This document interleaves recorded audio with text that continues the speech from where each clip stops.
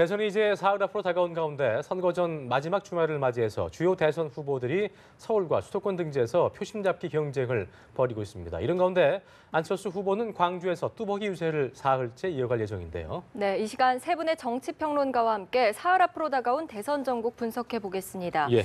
장성호 건국대 교수, 최진봉 성공회대 교수, 윤희웅 오피니언 라이브 여론분석센터장입니다. 어서 오세요. 세 분 어서 오십시오. 네, 안녕하세요. 네, 이제 앞서 말씀드린 대로 이제 오늘과 내일은 대선 전 마지막 유세입니다. 이제 사흘 앞으로 다가왔기 때문에요. 각 당, 각 후보, 각 캠프 마지막 주말 유세를 맞이해서 그야말로 민심을 잡기 위한 하얗게 불태우지 않을까 생각이 되는데 어떤 점에 집중할 거라고 보시는지 먼저 세 분의 의견부터 들어보고 시작하겠습니다. 먼저 장 교수님부터 한 말씀 해주시죠. 네. 정치는 대세론. 예. 누구나 다 이긴다고 지금 생각하는 거 아니겠습니까? 그래야만 유권자들이 사표 방지 심리를 방지하고 그리고 내 표가 정말로 앞으로 몇 년 동안 효력을 발휘할 거다. 그래서 스포츠는 약자 편인데 정치는 대세론, 강자 편이 보통 사람들의 심리라고 그럽니다. 그런 상황에서 지금 문재인 후보 같은 경우는 대세론을 꾸준히 유지하고 있고 확장성을 넘기 위해서 지금 여러 가지 지금 시도를 하고 있지만 그 여의치 않지 않습니까? 왜냐하면 야권의 후보가 3분지로 해서 안철수 후보와 심상정 후보까지 해서 3명의 후보가 지금 영역을 놓고 치열하게 다툼을 벌이고 있기 때문에 대세론을 지키는 그런 쪽을 선택하는 것 같고 홍준표 후보 같은 경우는 샤이 보수를 끌어내서 투표장으로 지금 데리고 가야 되는 입장 아니겠습니까? 그래서 안보를 이슈로 해서 그리고 지지층 결집 이거에 지금 마지막 방점을 두고 있는 것 같고 샤이 보수가 대거 나와서 결집을 한다면 30% 이상도 나올 수가 있는 그런 가능성이 있지 않습니까? 안철수 후보는 정말로 이제 지금 전통적인 어떤 이념과 지역 패권으로 나뉘어져 있기 때문에 문재인 후보와 홍준표 후보 사이에서 지금 낀 이런 처지가 됐는데 여기에서 중도 표심과 샤이 보수를 자기 표로 가져온다면 승부를 예측할 수 없다 이렇게 보는 것 같고 유승민 후보는 언더독 효과라고 그러죠. 동정론. 마지막 사람들의 감성을 호소하면서 지지율을 끌어올리는 그런 전략을 지금 피우고 있다고 봅니다. 네, 자, 최 교수님, 이 선거 전 마지막 이 주말 유세 어떤 좀 전략과 어떤 의미가 좀 있다고 볼 수 있을까요? 두 가지겠죠. 지금 장 교수님도 말씀하셨지만 첫째는 이제 지지층을 결집을 시켜야 되겠죠. 네. 지지층 어느 정도 결집이 된 것 같은데 그 다음에 이제 확장성이라고 하는 부분 사실 부동층, 유동층이라고 얘기하는 사람들을 얼마나 끌어들일 수 있느냐 하는 부분인 것 같아요.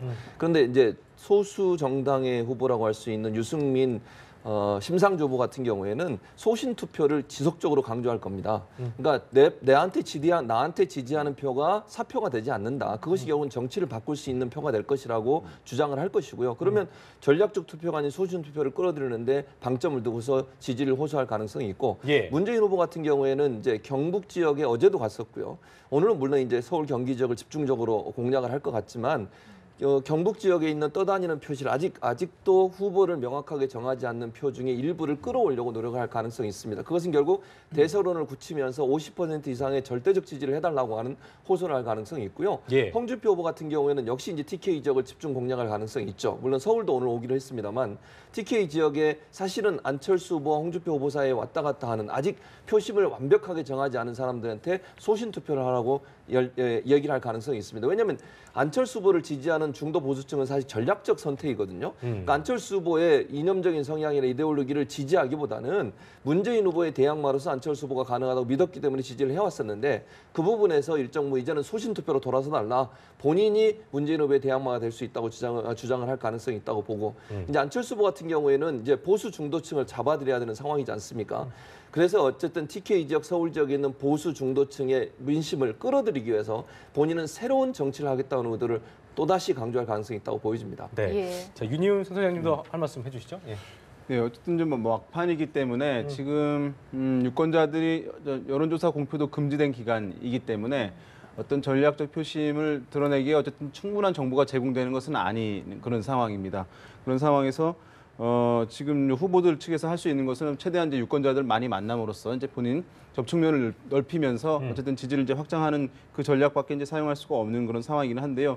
문재인 후보 같은 경우에는 어쨌든 1위 주자이기 때문에 방어적 차원에서 어쨌든 유권자들이 긴장감이 느슨해질 것을 아마 경계하는 캠페인을 할 수밖에 없습니다. 그래서 지금 어쨌든 보수의 결집이 이루어지고 있다라고 하는 위기감들을 어쨌든 정보를 유권자 지지층들에게 줌으로써 이것이 당연히 될 것이다라고 하는 그런 이제 느슨한 마음을 갖지 않도록 하는 위기감을 주는 긴장감을 주는 그런 캠페인을 지금 펼치고 있는 것이라고 할 수 있겠고요. 말씀하신 대로 홍준표 후보 같은 경우에는 아직 보수층을 충분하게 아직 흡수한 것은 아니기 때문에 물론 외연을 확장하는 전략이 이제 있으면 좋긴 하겠습니다만 아직까지는 또 보수층을 안철수 후보 등으로부터 아직까지 충분하게 흡수한 것은 아니기 때문에 계속해서 이 보수층의 결집을 얘기하고 좌파 우파 이 프레임으로서 어쨌든 우파 성향 또는 보수 성향층을 흡수하는 전략은 지금 할 수밖에 없는 측면이 있겠고요.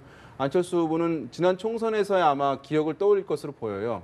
지난 총선에서 어쨌든 양당에 대한 거대 양당에 대한 정치 불신 그것에 대한 반사 효과를 국민의당이 독점적 수혜를 누렸던 기억이 있는 것이니까 지금도 보면 그 캠페인을 아마 강화하고 있는 것인데요. 지금 바른정당 의원들이 자유한국당으로 이제 복귀를 하려고 하고 홍준표 후보를 지지 선언한다거나 이런 것들을 어쨌든 양당의 패권이다라고 규정을 하면서 새로운 정치를 위해서는 이제 국민의당 안철수 후보가 필요하다라고 하는 캠페인 그런 반사 효과를 얻으려고 하는 이제 전략을 지금 펼치고 있는 것이라고 할 수 있겠고요.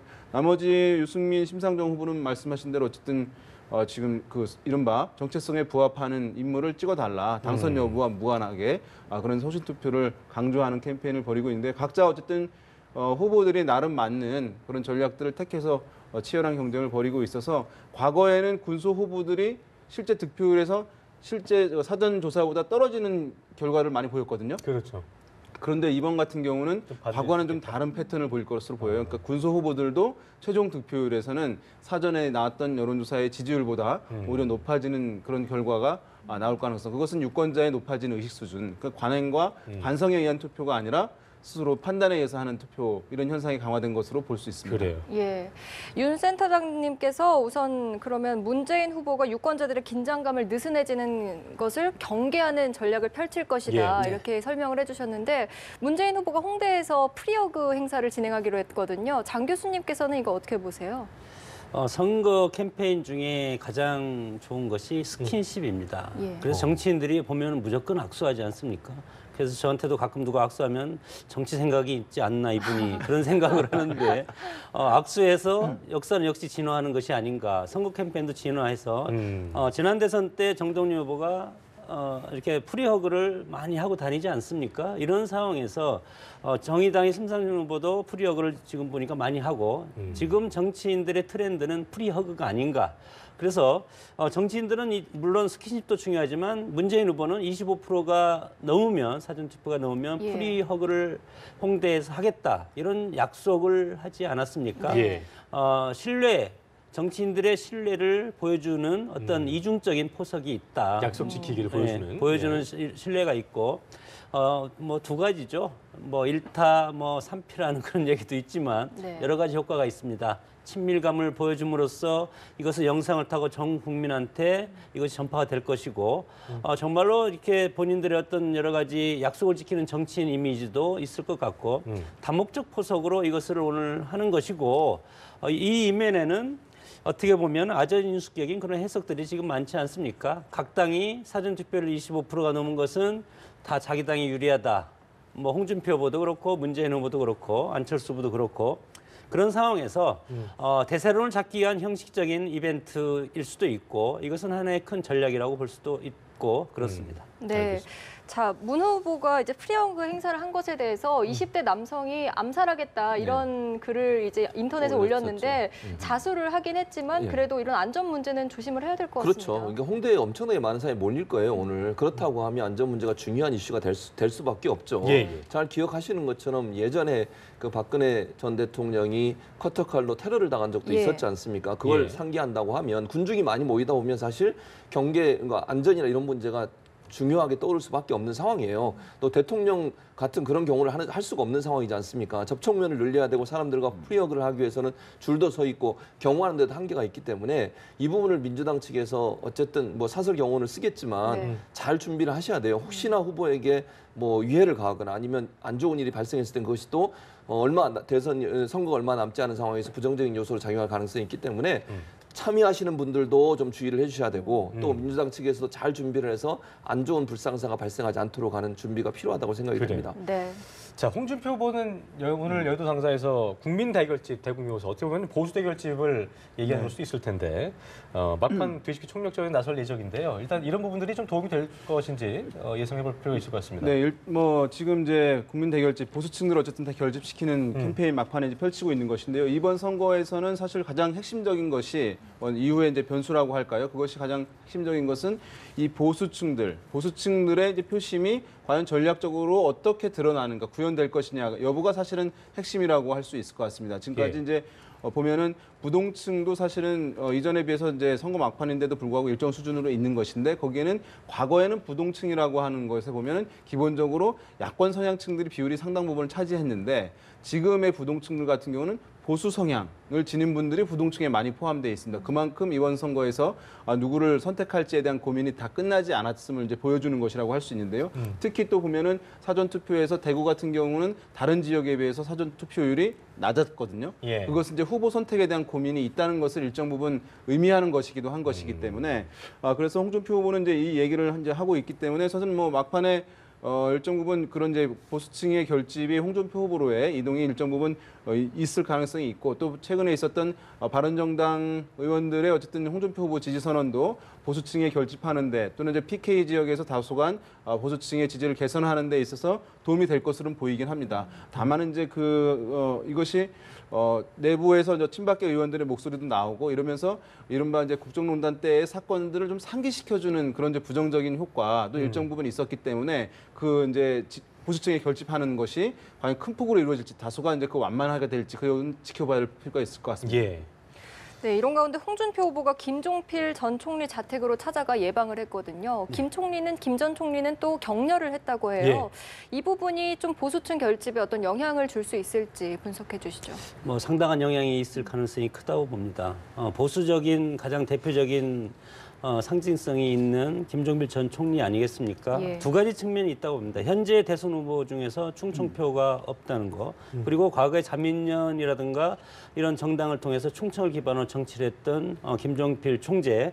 그렇기 때문에 지금 충청도는 영충호 시대라고 그럽니다. 호남보다 충청 인구가 더 많아졌다고 해서 충청에 대한 어떤 그런 자부심이 상당히 큰데 안희정 후보가 경선에서 낙마하지 않았습니까? 네. 이런 상황에서 그 허탈감을 지금 메울 그런 후보를 찾고 있다. 그런 것이 지역 패권 어떤 구도에서 일정 부분 영향이 끼칠 가능성도 있고, 그리고 두 번째는 과거에 DJP 공동 정권을 했을 때 김대중 후보와 그리고 김종필 자민련 총재가 공동 정권을 만들어서 그때 당시에 김대중 씨가 빨갱이다 이런 보수당에서 공격까지 하고 그래서 안정희구 세력한테 DJP 공동 정권을 함으로써 상당 부분 안정감을 준 그런 기억이 있고 그래서 네. 김대중 대통령이 탄생하지 않았습니까?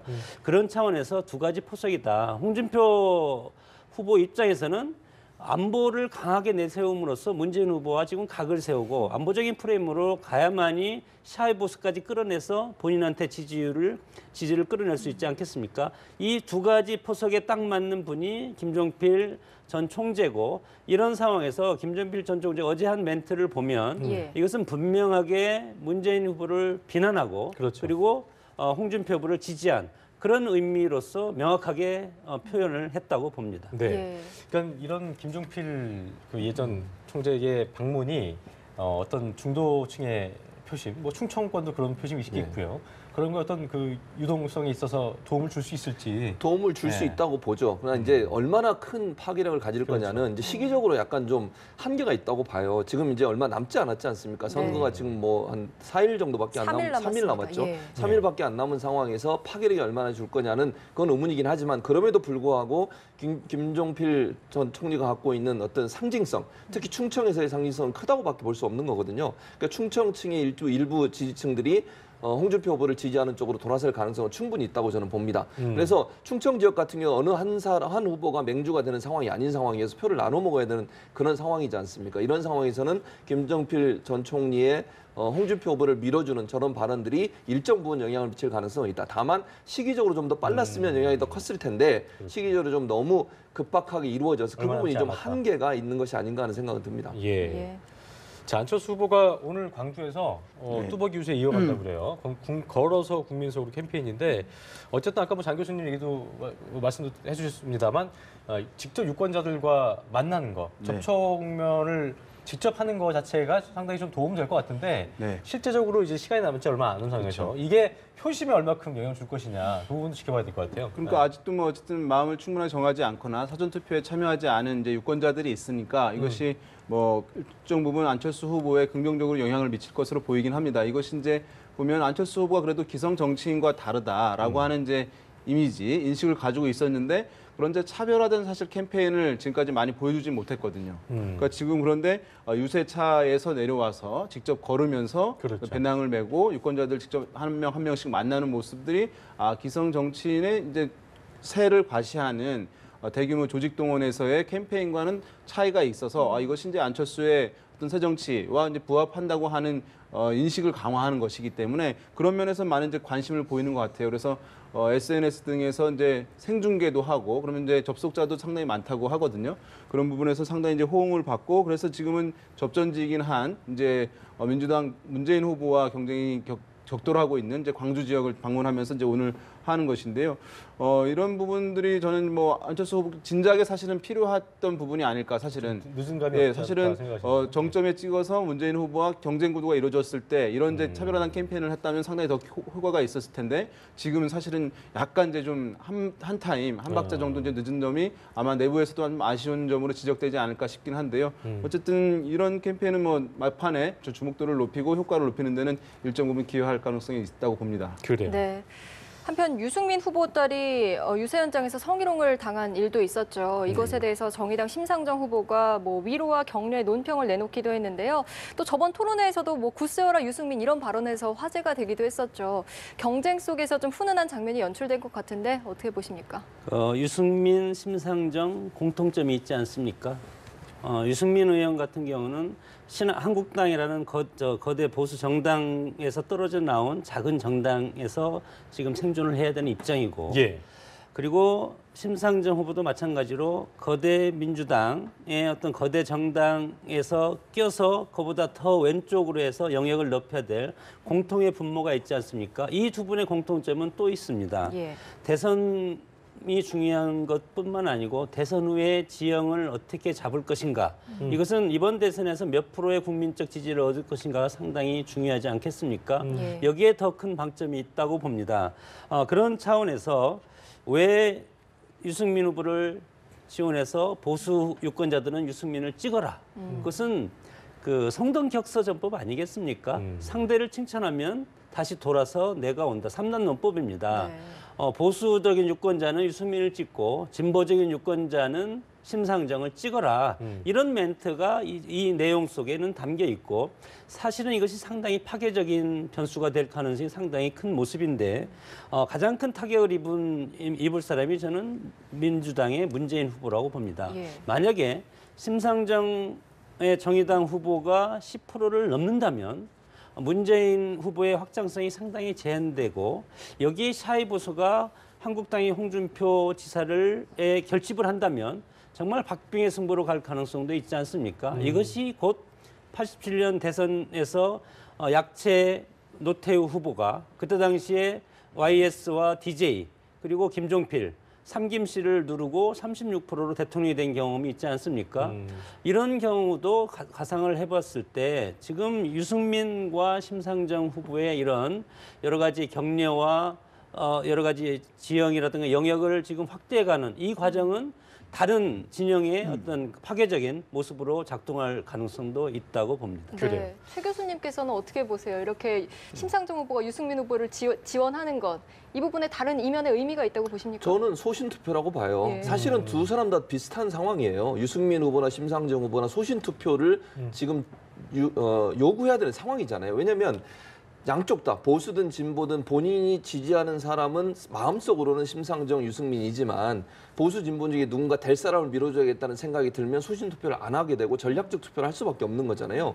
예를 들면 문재인 후보가 위험하다 이런 느낌이 들면 사실은 진보 진영에 있는 사람들이 마음속으로는 심상정을 지지하더라도 문재인 후보의 당선을 위해서 일정 부분 표가 쏠릴 가능성이 있어요. 그걸 전략적 투표라고 하면 전략적 투표 때문에 본인을 원래 마음속으로 지지하고 있던 사람들의 선택이 바뀔 것에 대한 우려인 거죠. 유승민도 마찬가지라고 저는 생각해요. 유승민도 보수 진영의 후보긴 하지만 홍준표 후보가 더 지지율이 높기 때문에 문재인의 대항마로 홍준표를 찍어야 되겠다고 생각해서 전략적 투표를 하는 사람도 있을 수 있다는 거죠. 그걸 막기 위해서 사실은 유승민 후보와 심상정 후보는 사실 같은 상황에 놓여 있는 거예요. 진보와 보수에서. 그래서 본인들을 찍으면 본인이 된다고 유승민 후보는 얘기하잖아요. 유승민을 찍으면 유승민이 된다고 그래서 유찍유라고 얘기하고요. 네, 알찍이라고 그러잖아요. 심상정을 알면 심상정을 찍는다. 그 말은 결국 소신 투표를 해달라. 근데 그건 이제 왜 그렇게 얘기할 수밖에 없냐면 대선 이유를 보는 거예요. 사실 두 후보가 지금 지지율로 보면 물론 뭐 전혀 불가능하다고 얘기할 수는 없겠습니다만 지지율 상으로 보면 대선에서 당선될 가능성이 좀 낮지 않습니까? 그렇다고 하면 대선 이유를 생각해 봐야 돼요. 대선 이후에는 정계개편이 필연적으로 일어날 가능성이 높을 수밖에 없는데 그렇다고 하면 본인들의 정치적 지형이라든지 아니면 정치적 확장성을 위해서는 얼마나 많은 지지율을 끌어내느냐가 대선에서 중요한 역할을 할 수밖에 없는 거거든요. 그런 부분에서 본다면 두 사람이 같은 운명체다. 결국 소신 투표를 주장해서 대선에서 얼마나 많은 지지율을 끌어내느냐가 차후에 정치 지형에서 본인들의 어떤 입지를 강화시키는 요소가 되기 때문에 그런 주장을 한다고 볼 수 있겠습니다. 바로 이어서 윤희용 센터장께 제가 바로 여쭤보겠습니다.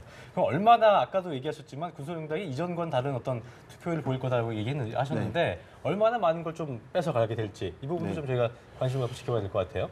그렇습니다. 그래서 일단은 말씀하셨듯이 심상정 후보 같은 경우에 이제 야권 진영에서의 어떤 메커니즘이 있는 것이잖아요. 그러니까 우리가 부자 쌀뚝에서 인신 난다라고 하는 이제 비유를 많이 쓰긴 하는데, 그러니까 진보 진영에 대표하는 인물이 또는 정당이 승리할 것이라고 하는 확신을 줄 때 그 진보 군소 정당, 정의당 등의 후보들이 이게 더 많은 지지율이 가는 현상들인 거죠. 여유가 있으니까 더 이제 지지를 넘겨줄 수 있는 소신 투표를 할 수 있는 부분이 된 것이고 그것이 만약에 근데 이번에 그 바른정당 의원들이 대거 이제 하면서 보수가 막판에 이제 결집한다라고 하는 것이 이 야권층들에게 어떤 위기감으로 전달이 될 것인지 그럼에도 불구하고 상당히 여유가 있다고 전달될 것인지 여부에 따라서 심상정 후보의 득표율이 영향을 받을 것으로 보이고 그다음에 이제 진보 성향층만 심상정 후보에게 관심을 보내는 것은 아니에요.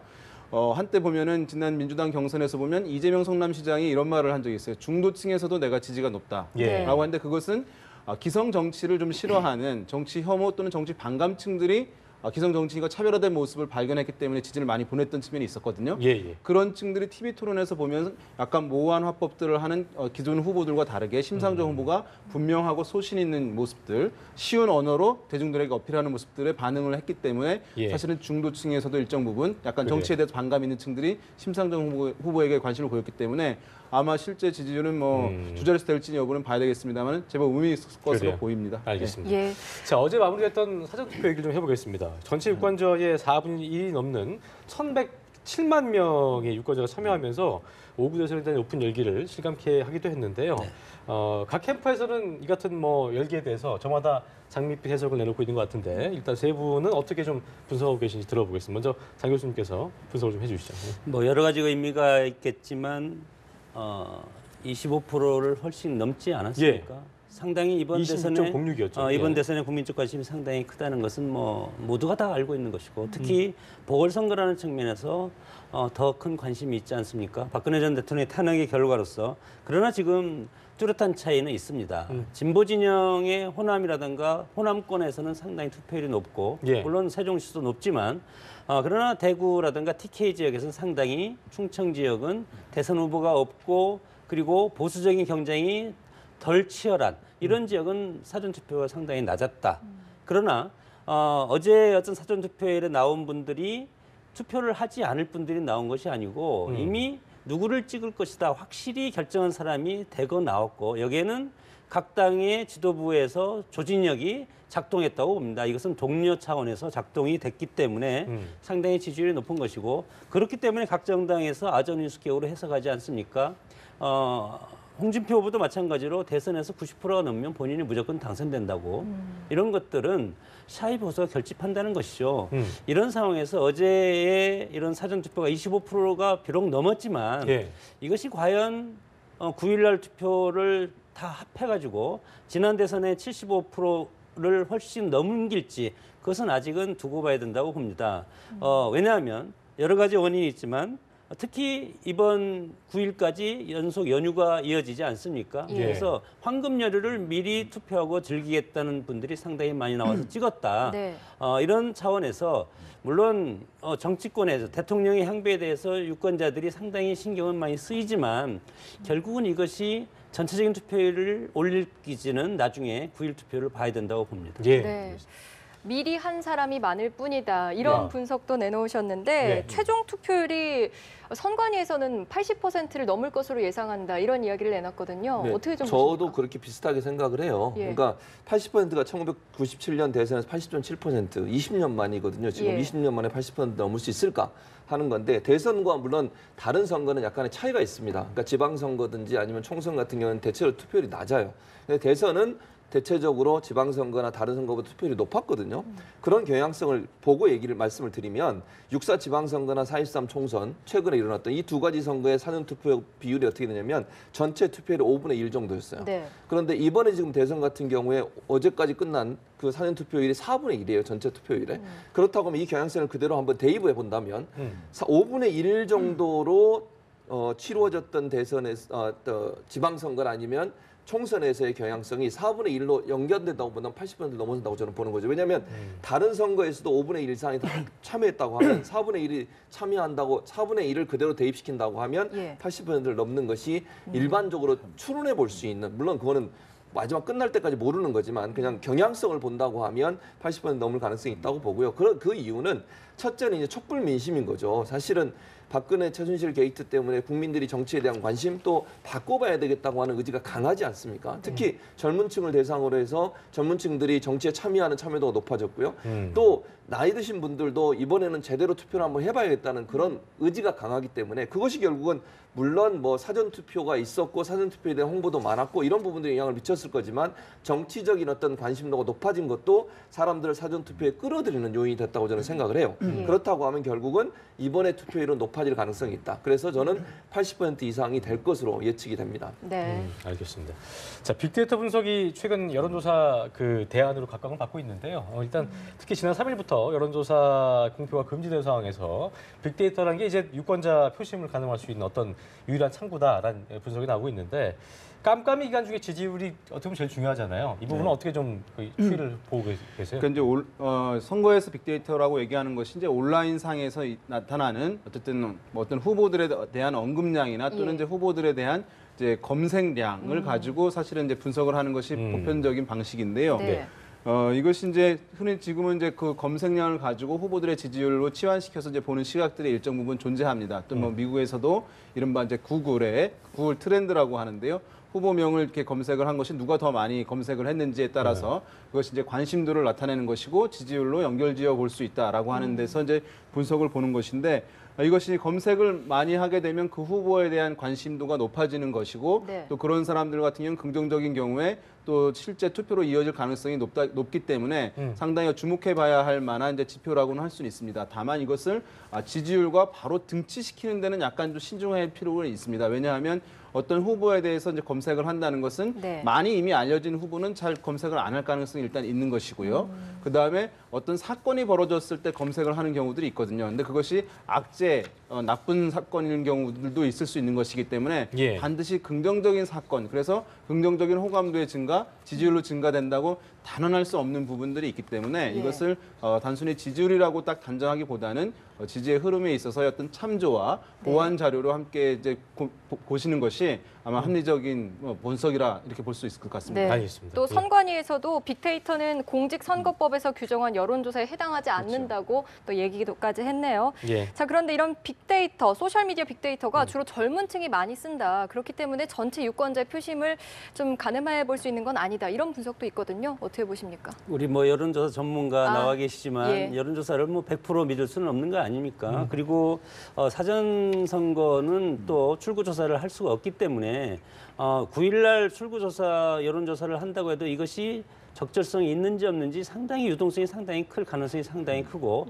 그리고 지금 탄핵 국면에 치러지는 보궐선거 아니겠습니까? 그래서 여론조사를 한다고 하더라도 이거에 대해서 답변하지 않는 무응답증이 상당히 많기 때문에 유동성이 상당히 클 것이다. 빅데이터도 마찬가지로 젊은 층이 상당히 이거에 대해서 관심도 많고 젊은 층이 관심이 많은 것은 정권의 향배보다도 어떤 자극적인 소재에 대해서 들어가서 검색하는 그런 취향이 상당히 강하기 때문에 이걸로서 판단하기는 상당히 어렵지 않겠습니까? 그리고 분명 이번 대선의 결과는 그동안의 여론조사의 결과보다 상당히 판이한 어떤 결과가 나올 가능성이 상당히 큰 그런 유동성이 큰 선거이기 때문에 우리가 여론조사 결과대로 믿고 그리고 각 캠프라든가 우리 유권자들도 마찬가지로 그래서 소신껏 본인이 원하는 앞으로의 미래상을 보고 투표를 하는 것이 옳은 방향이라고 봅니다. 예. 네, 알겠습니다. 세 분의 말씀 여기까지 듣겠습니다. 네. 고맙습니다. 고맙습니다.